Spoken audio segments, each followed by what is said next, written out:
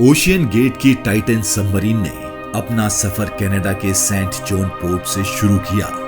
जिस लोकेशन पे इसको ओशियन के अंदर डाइव करना था, ये सेंट जॉन से 700 किलोमीटर दूर नॉर्थ अटलांटिक ओशियन में है और इसी पॉइंट पर ठंडे पानी के नीचे ओशियन की गहराइयों में टाइटैनिक का शिप रैक भी मौजूद है। सैटरडे 17 जून 2023 को ये सफर शुरू किया गया और प्लान के मुताबिक अगले दिन संडे को सुबह 8 बजे टाइटन को पानी में उतर जाना था। आपको यहां बताते चलें कि डाइव से पहले टाइटन में एक प्रॉब्लम नोटिस की गई थी, लेकिन इसके बावजूद भी अपनी जान दांव पे लगाकर इसको ओशियन में उतार दिया गया। वो क्या प्रॉब्लम थी और आखिर पता होने के बावजूद भी ये खतरा क्यों मोल लिया गया? हमारे चैनल पर आपका फिर से स्वागत है। दोस्तों, इस सफर में टोटल 5 लोग मौजूद थे। इसमें एक्शन एविएशन के फाउंडर हमीश हार्डिंग भी मौजूद थे। इन्होंने जेफ बेजोस के साथ स्पेस में भी ट्रेवल किया था। दूसरे नंबर पे थे स्टॉकटन रश, जो ओशियन गेट के सीईओ भी थे। ये अमेरिकन कंपनी ओशियन टूरिज्म के लिए सबमर्सिबल करती है। तीसरे नंबर पे 77 साल के पॉल हेनरी थे, जिन्होंने पहले भी टाइटैनिक को विजिट किया था। ये शिपरैक के एक्सपर्ट थे और इनको टाइटैनिक के बिखरे हुए पार्ट्स की काफी अच्छी जान थी। और आखिर में पाकिस्तानी टाइकून शहजादा दाऊद अपने बेटे सुलेमान दाऊद के साथ इसी सबमरीन का हिस्सा थे। 17 जून 2023 को डाइव करने से पहले हमीश हार्डिंग ने इंटरनेट पे अपना आखिरी पोस्ट किया था। उनका कहना था, खराब मौसम की वजह से उनकी डाइव डिले हो गई है। कल सुबह को जब थोड़े वक्त के लिए मौसम बेहतर होगा तो हम डाइव कर जाएंगे। ये 5 लोग अपना शौक पूरा करने के लिए मशहूर शिप टाइटैनिक का मलबा देखने जा रहे थे। टाइटैनिक 1912 में डूबने के बाद अगले कई सालों तक इसको तलाश करने की कोशिश जारी रही। फिर 1985 में जाकर आखिरकार ओशियन फ्लोर पे आरएमएस टाइटन का मलबा मिल ही गया। टाइटैनिक अपने पीछे इतने सवाल छोड़ के गई थी कि अब इनको जवाब तलाश करने का वक्त आ चुका था।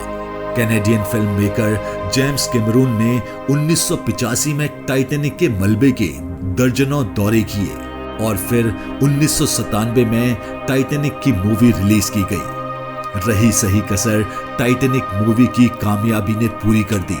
इसने इतनी धूम मचाई कि अब टाइटैनिक के मलबे को खुद जाके देखना करोड़ों लोगों का ख्वाब बन चुका था। यानी ये काम अब सिर्फ रिसर्च के मकसद तक ही नहीं रह गया, बल्कि शिपरैक साइट पर टूरिस्ट भी जाना शुरू हो गए। कहा जाता है कि ओशियन की गहराई तक पहुंचना स्पेस में जाने से भी ज्यादा मुश्किल है और इसकी सबसे बड़ी वजह है पानी का प्रेशर। टाइटैनिक शिपरैक समुद्र की सतह से 4000 मीटर यानी 4 किलोमीटर नीचे है। इस गहराई में पानी का प्रेशर 5800 psi होता है। ये उतना ही प्रेशर होगा कि इंसान के पूरे शरीर पर नहीं, बल्कि सिर्फ 1 स्क्वायर इंच के हिस्से पर पूरा हाथ ही खड़ा कर दिया जाए। तो अब आप अंदाजा लगा लें कि एक सबमरीन में कितना ज्यादा प्रेशर पड़ता होगा। खैर, संडे 18 जून 2023 को दोपहर 12 बजे सबमरीन का सफर स्टार्ट हुआ। नॉर्मली टाइटैनिक तक पहुंचने में 2 घंटे लगते हैं, लेकिन 1 घंटे 45 मिनट के बाद ही मदरशिप पोलर प्रिंस, जो कि ऊपर वेट कर रही थी, उनका सबमरीन से संपर्क टूट गया। अगर 2 घंटे टाइटैनिक तक पहुंचने में लगते थे तो सिर्फ 15 मिनट पहले संपर्क टूटने का मतलब है सबमरीन टाइटैनिक के काफी करीब पहुंच चुकी होगी। समुद्र की इस गहराई में सूरज की रोशनी पहुंचना नामुमकिन है और यहाँ बहुत अंधेरा रहता है। इतनी गहराई में सिग्नल का टूटना नॉर्मल बात होती है। हालांकि इस बात को पहले ज्यादा सीरियस नहीं लिया गया। ये पूरा ट्रिप टोटल 7 घंटे का था।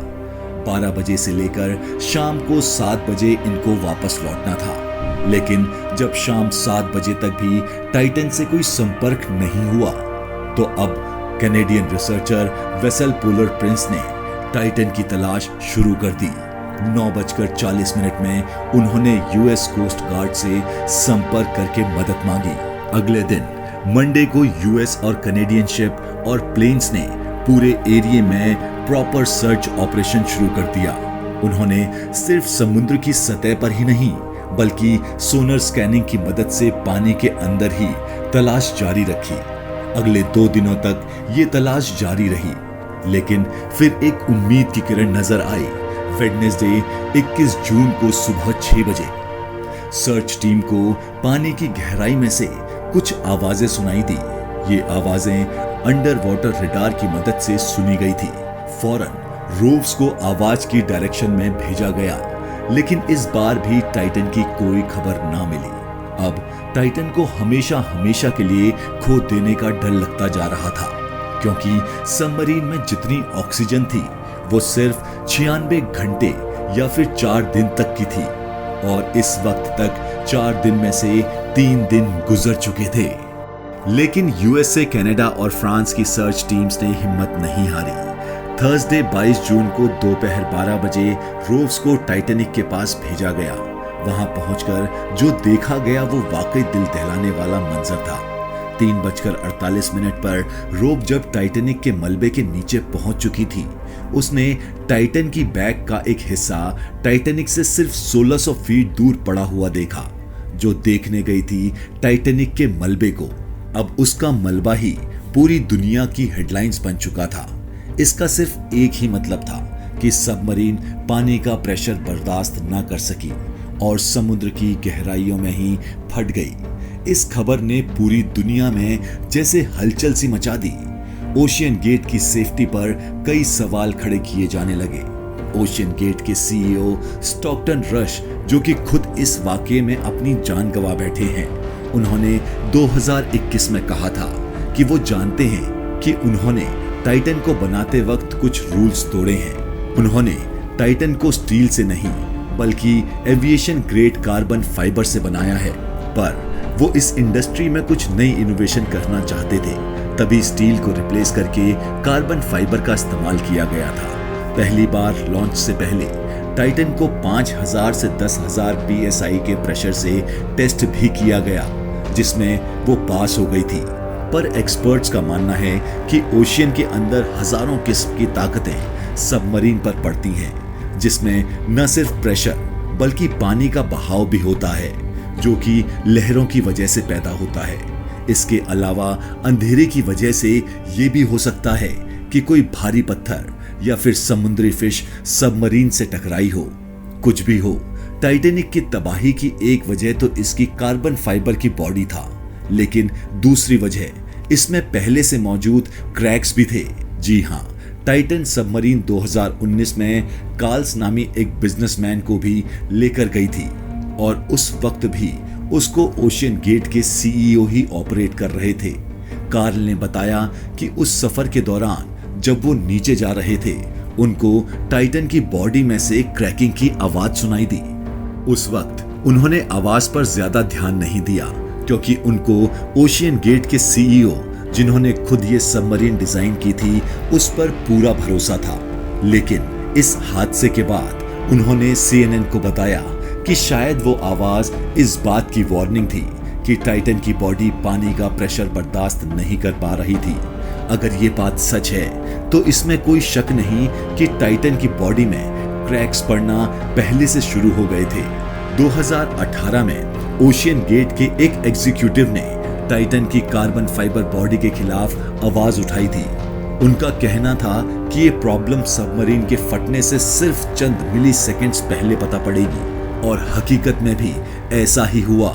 जिस गहराई में टाइटैनिक फटी है, एक्सपर्ट्स का कहना है कि उसको फटने में सिर्फ 0.3 सेकंड लगे होंगे। अगर आपको हमारी वीडियो पसंद आई हो तो प्लीज लाइक और सब्सक्राइब जरूर करें।